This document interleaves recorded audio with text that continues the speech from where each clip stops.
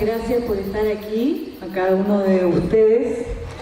Sin saberlo, van a compartir un momento muy importante para mí, porque además de yo presentarles este libro, que como dice Jordi, ha sido un proceso de muchos años para comprenderlo y descubrir qué habíamos hecho, yo les voy a contar un poco de historia, vamos a tener una experiencia y también les voy a contar del contenido del libro, pero voy a comenzar por confesarles algo que es muy personal, pero muy importante para este momento. Ustedes saben que soy chilena, ¿verdad? Vivo al otro lado del planeta, en el país más austral del mundo. Y pasó que hace 10 años atrás, yo estando, en mi vida normal, tuve un sueño. Tuve un sueño que me ha tomado todos estos años comprender y que este hito es muy importante para poder ver de qué se trataba. Soñé que estaba en una ciudad que me sentía muy bien. Es así de simple y de corto el sueño. Me sentía muy contenta, tenía como una sensación en mi corazón de mucha alegría. Y entonces había dos mujeres al lado mío y yo les pregunto, ¿esto es Madrid? Y me dicen, no, esto es Barcelona. Eso pasó en el otoño de Chile del 2008. Entonces me quedé muy curiosa porque yo, verdad que, España tenía muy buen rollo, como dicen aquí, pero no era que yo quisiera especialmente venir a este país. Entonces fue tanta mi curiosidad por la alegría que yo sentí en ese momento, que lo que hice fue tomar un pasaje y venir. Mi primer viaje a Barcelona fue el año 2008. Y sin saber por qué había soñado con esta ciudad. Imagínense lo que es para mí estar aquí frente a ustedes 10 años después. Y entonces ahí comienza una historia muy especial, muy particular, donde han ocurrido una serie de encuentros. Encontré que tenía familia acá, dos primas por el lado de mi madre, me fui encontrando con grandes amigos y personas con las que fui conectando. Y el primer año que vine, fui a visitar a Ricardo Orozco, un gran autor, ¿sí?, de la terapia floral. Me fui a presentar, yo como psicóloga, soy psicóloga de profesión, ya llevaba muchos años con la terapia floral. Yo me formé en terapia floral cuando estaba en la Universidad de Chile estudiando psicología. Por lo tanto, dentro de mi búsqueda de encontrar un alivio al sufrimiento humano, a las emociones, encontré las flores antes de ya ser una profesional de la salud. Entonces, vine a visitarlo, vine a conocer a Ricardo hace 10 años atrás y todavía no estaba en mi cabeza siquiera hacer estos mandalas. Ya llevaba, como les decía, 8 años ya trabajando con la terapia floral, atendiendo personas. Empecé atendiendo personas como psicóloga clínica ya con las flores. Por lo tanto, mi escuela fue de hace muchos años. Estudié el año 2000. Imagínense, llevo 18 años trabajando con las flores. Empecé a formar terapeutas, psicólogos, educadores de distintas disciplinas, principalmente de la salud y la educación, hasta que un día, y esta es la historia que cuento en el libro, se me ocurrió la idea de hacer los mandalas de las flores de Bach, ¿no? A ver, decirles que en general soy bastante inquieta y tengo una conexión con el arte, con la danza, con la música, o sea que fue como una idea loca, o sea, como una idea creativa, ¿no? Como un plink. Se me ocurrió hacer estos mandalas de las flores de Bach y le propuse a dos colegas, artistas visuales en Chile, hacer estos dibujos. Yo tenía un curso, por lo tanto quería probar qué pasaba con un método distinto, que no fueran los libros para aprender las flores, que fuera la experiencia de poder conectar con ellos. Entonces nos pusimos a hacer los dibujos, nos pusimos a investigar toda la estructura de la planta, su simbología, pero era una cosa netamente intuitiva, creativa, era un juego, ¿sí? Era como un juego creativo, ¿no? Creamos una matriz, fuimos poniendo dentro los símbolos, las raíces, los pétalos, los tallos, las hojas, y empezamos a entrar en la geometría y a sumergirnos en los dibujos. Nos tomó aproximadamente un año hacer los dibujos que ustedes van a ver en el libro, y la primera vez que los probé en un taller con mis alumnas, ¿no?, que fueron mis conejillos de India, Fue tan impresionante lo que pasó ahí, que entonces empieza a generarme una sorpresa y a superar todo el conocimiento que yo tenía en ese momento. Mi línea de trabajo como psicóloga era la psicología transpersonal, humanista. O sea, yo estaba familiarizada ya en ese momento con toda la visión de las tradiciones espirituales, había practicado, y hasta el día de hoy, ¿no?, meditación, yoga. En la universidad había tenido una crisis muy fuerte con el modelo duro, patologicista de la psicología, y entonces mi búsqueda había comenzado a los 20 años y ella había conocido bastantes tradiciones, ¿no? La meditación, el budismo, me había movido, había estado en India, o sea que ya tenía un proceso personal bastante profundo para entender el tema de la conciencia, pero no obstante, estos efectos que produjo el primer taller fueron alucinantes para mí. Y entonces decidimos pasar a la segunda etapa, que fue hacer los mandalas a color, que nos tomó otro año también la investigación de esas pinturas que ustedes tienen, algunas de ellas en sus manos. Hicimos un estudio del color de la planta, ¿sí?, de cómo eran sus tallos, su raíz, sus pétalos, y empezamos a pintar en acuarela, que nos pareció que era la técnica más indicada. Y entonces al año siguiente, o sea que ya sumaban 2 años, teníamos los mandalas de los 12 curadores de Bach. Yo les voy a contar aquí un poco de historia y luego ya me voy a meter más en el contenido y vamos a hacer una experiencia, porque en estos ya, bueno, casi 10 años, 8 o 10 años, mi propia estructura y entendimiento de las flores de Bach se transformó a partir de este trabajo, ¿sí? Al mismo tiempo que me sumergí en el conocimiento de Carl Jung, y realmente puedo decir que ni Bach ni Jung han sido entendidos hasta ahora. Realmente son 2 grandes autores contemporáneos del siglo XX y ninguno de los 2 hemos podido entender qué nos querían decir. Ni con la terapia floral, a pesar de lo popular que es hasta el día de hoy, ni con los mandalas. Hay muy pocas personas que conocen el trabajo de Jung con los mandalas. Y yo, como psicóloga que también había tenido toda la formación, ¿no?, de psicoanálisis, Freud y Jung, nunca me había acercado a la visión de Jung sobre el mandala. Entonces, cuando ya empezamos a probar los efectos de estos 2 símbolos en color y en blanco y negro, de estos 12 símbolos, empezaron a pasar cosas que yo ya como psicóloga ya llevaba un montón de tiempo trabajando, atendiendo personas. Empecé a decir, esto es una pasada, como dicen aquí. Esto es impresionante. ¿Qué son estos mandalas? Por lo tanto, yo siempre digo que yo no soy, comillas, la autora, soy, junto con las 2 colegas que hicimos las pinturas, fuimos instrumentos de algo que superó absolutamente nuestras intenciones y nuestra percepción de lo que estábamos haciendo, ¿sí?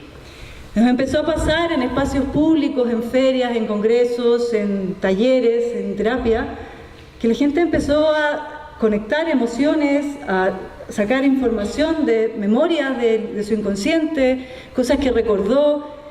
Estando en una feria pública, de hecho aquí mismo en Barcelona, el año 2015, donde conocí a algunas personas que están aquí, gente se ponía a llorar porque miraba un mandala y conectaba algo muy profundo.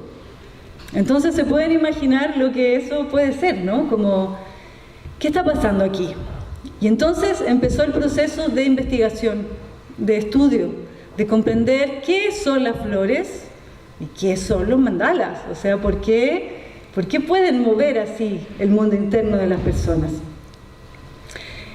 Bueno, de eso han pasado varios años. Contarles que he estado aquí en varias oportunidades, en la Escuela Ricardo Orozco, en CEDIVAC, que es una asociación de estudio e investigación de la terapia floral. Le he dado un par de cursos. El año pasado fui a un congreso donde pude presentar este trabajo, gracias a lo cual estoy hoy día aquí con ustedes. Y es muy impresionante poder compartirles esto sin ningún filtro. O sea, me voy a proponer no mediar en lo que voy a decir, ¿sí? ¿A qué me refiero? Que podría ponerme desde un lugar de haberlo entendido todo desde el comienzo, pero no es así. Para mí, estos mandalas, yo digo, soy un aprendiz de ellos, pero me han enseñado algo muy, muy, muy profundo sobre la vida. Y eso es lo que quiero compartirles. Primero, para entender qué es un mandala, el mandala es el símbolo, dice Jung, de la unidad de la vida, de la unidad del universo, de la existencia. Y por lo tanto, para comprender estos símbolos tenemos que pararnos en un lugar en el cual hay un todo y somos partes de ese todo. No estamos separados de ese todo, ¿sí?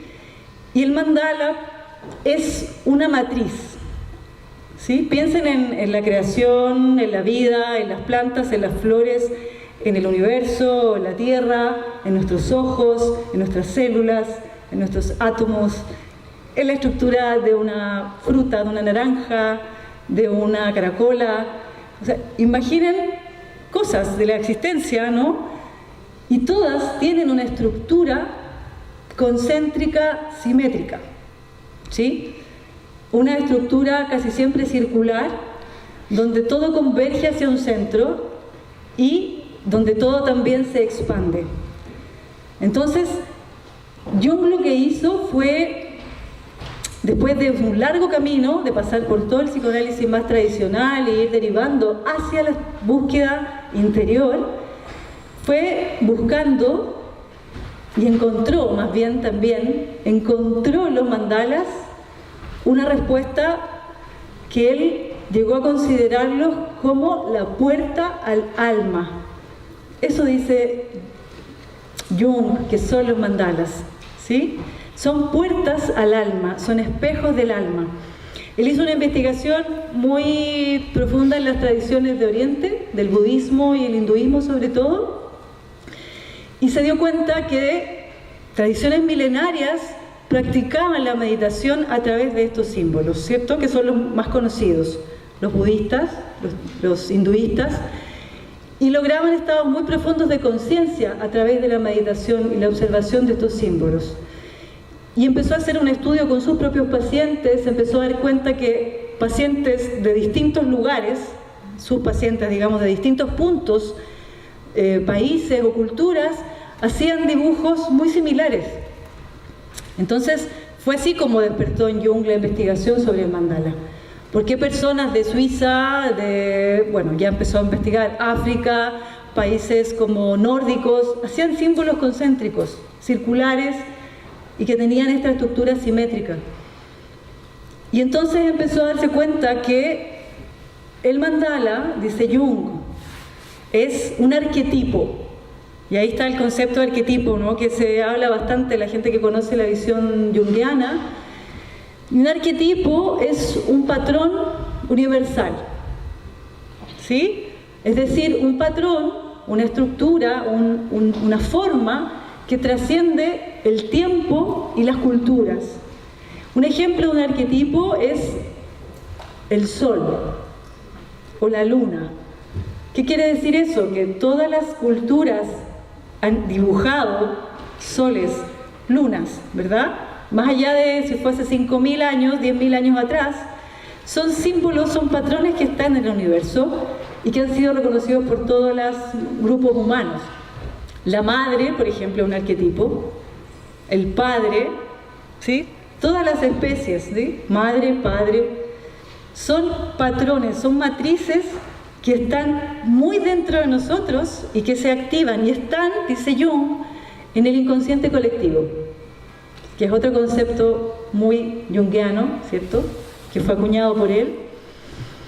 Y entonces, cuando yo me doy cuenta que estos mandalas producen estos efectos en las personas, me pregunto por qué. Yo ya llevaba, como les decía, muchos años trabajando con la terapia floral y ya veía que la terapia floral es una tremenda herramienta de sanación.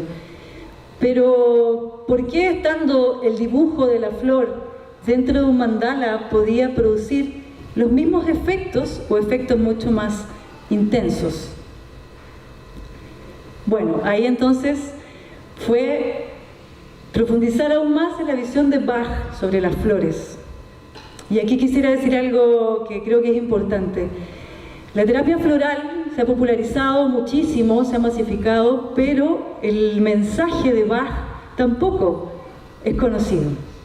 ¿Sí? Quienes han probado la terapia floral saben que es efectiva, que alivia las emociones, que ayuda en un montón de problemas, de estados anímicos, pero no conocemos qué hay detrás de las flores de Bach.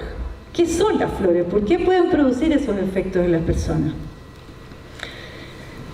Entonces, el conocimiento de Bach sobre las flores dice que las flores que están en todas partes, son cualidades divinas del alma de la naturaleza. Estas son palabras de Bach, no son mías. Son cualidades espirituales que están en la naturaleza. Uno dice, pero ¿cómo? Qué cosa más rara. Sí, cada una de las flores porta una energía curativa que cuando entra en contacto con nosotros nos sana nuestras emociones. Pero las flores no son un remedio. Las flores, dice Bach, son una vibración que despierta algo muy esencial de nosotros, que está en nuestra alma, dice él, que es lo que finalmente nos cura. ¿Sí? ¿Les parece muy raro lo que estoy diciendo? ¿No? Muy bien. Entonces, cualidades divinas, cualidades espirituales, así tal cual lo dice Bach, que están contenidas en la estructura de una flor. ¿Sí? O sea, nosotros vemos las flores, nos encantan las flores a todos, la mayoría de las personas las ponemos en nuestro hogar, o cuando vemos los campos de flores, nos pasan cosas, ahí mismo hay flores, están en todas partes. Bach descubrió 38, hoy día hay más de 500.000 flores en todo el mundo que están descubriendo sus propiedades curativas. Pero ¿cómo descubren las propiedades curativas de una flor? Uno de los caminos para descubrir las propiedades curativas de una flor es a través de su estructura, de su geometría. ¿Ok? La geometría, es decir, cómo es la raíz, cómo es el tallo, cómo son las hojas, cuántos pétalos tiene, cómo se orienta hacia la luz o hacia la tierra, hacia arriba, hacia abajo, hacia el sol. El comportamiento de la planta es el lenguaje simbólico que tiene la planta. Es la que nos dice qué soy, para qué vengo a la vida, ¿no? Hay ejemplos muy fáciles, muy concretos, para que sea un poco más aterrizado lo que les estoy contando. Hay una flor conocida de Bach que se llama chicory. Siempre la uso como ejemplo porque es bastante literal, ¿no? Como su funcionamiento. Y chicory es una planta y una flor para desarrollar el amor incondicional. Y entonces toda su estructura va a hablar de aquello que equilibra, es decir, la personalidad para la cual la flor chicory está indicada. Este conocimiento es todo Bach, ¿vale? Su raíz, la raíz de chicory, es una raíz tremendamente dura, profunda, que es muy difícil de despegar de la tierra. ¿Por qué? ¿Cuál es el gran desafío de esa personalidad chicory? Es el apego a sus raíces, el apego a su pasado, ¿sí? Y la raíz representa el inconsciente y lo que no vemos, ¿ok? Para poder descubrir los poderes curativos de las flores, la signatura floral, signatura se llama la disciplina, que es muy antigua y que los que más sabían de este tema son los grandes alquimistas. Bach estudió a grandes alquimistas antiguos y que eran capaces de leer el lenguaje de la planta, ¿sí? Y entonces los 12 curadores de Bach son las 12 tipologías del sistema de Bach. Cuando yo les propuse a mis colegas en Chile hacer las 38 flores, no sabía que estaría años solo con los 12 curadores, porque tampoco sabía dónde me estaba metiendo, como se dice, ¿no? El mundo que se iba a abrir. Entonces, si cada una de estas flores de Bach, 12 curadores, desarrolla una cualidad espiritual, cada una equilibra a una tipología de personalidad que se estructura en base al defecto. Es decir, para terminar el ejemplo, la personalidad chicory es tremendamente controladora, muy apegada a sus relaciones, manipuladora también se dice, pero porque suena más feo todavía, pero bueno, es una persona que funciona de una manera que Bach dice, viene a aprender la lección del amor y el desapego. A eso viene, y por eso que tiene esa tipología. ¿Sí? ¿Vamos bien hasta aquí? ¿Se entiende? Entonces el descubrimiento, yo ya formaba terapeuta, por lo tanto fue increíble darme cuenta que al poner la simbología de la flor dentro del mandala, al ser el mandala una puerta al alma, ese símbolo, esos 12 símbolos, que son 12 simples pinturas o 12 simples dibujos, terminan siendo puertas de acceso a 12 virtudes espirituales. ¿Sí? Por lo tanto, con solo el hecho de meditar, contemplar y tener contacto con estas imágenes, tú empiezas a movilizar un proceso interno sin hacer nada, que esto es lo más increíble de este método. ¿Sí?